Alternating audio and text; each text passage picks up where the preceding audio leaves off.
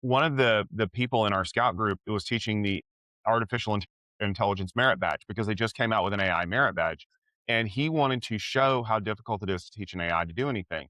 And so the way we do this as the demonstration is that I, as the guinea pig, pretended to be an AI and I was blindfolded. And the kids in the badge were giving me directions on how. So he built a little structure with like building bricks, right? Like not Legos, but like the big foam ones that you would see like in a Yeah, yeah, yeah. preschool. And he built it without me being able to see it blindfolded. And my job was to do what the kids told me to do because they were going to try to teach me or tell me how to rebuild it.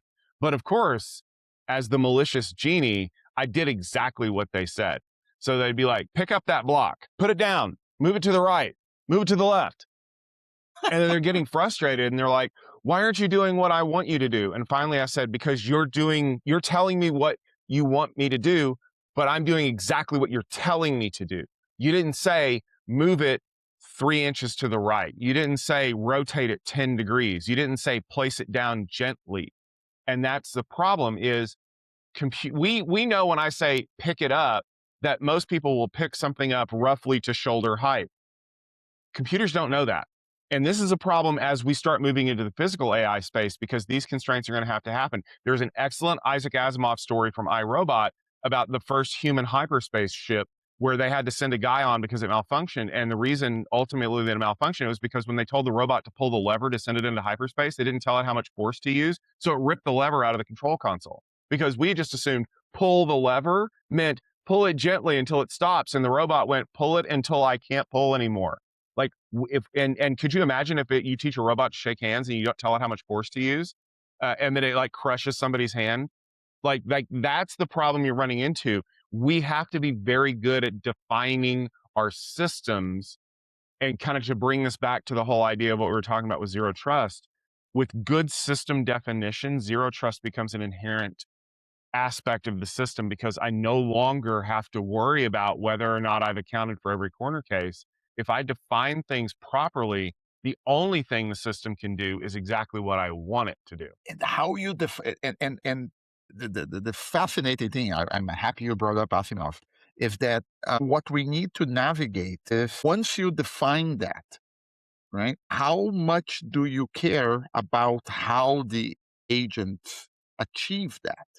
Right? You want them to have that kind of freedom, right? And there's an Asimov story that I loved. I actually quoted it on the Futurum paper last year when I was starting to write about AI.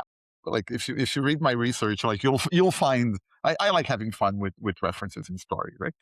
But the story was Reason, right? It came out in 1940, and it was about how two humans had to go to a space station to fix a robot in advance of a a solar storm, because what happened is the station would aggregate the solar energy and then beam it down to Earth like a high energy beam.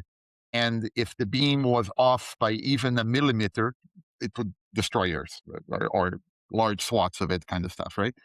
And when they get there, again, I'm sorry for spoiling the stories, right? They try to reason with the robot that controls the whole thing, controls other robots, and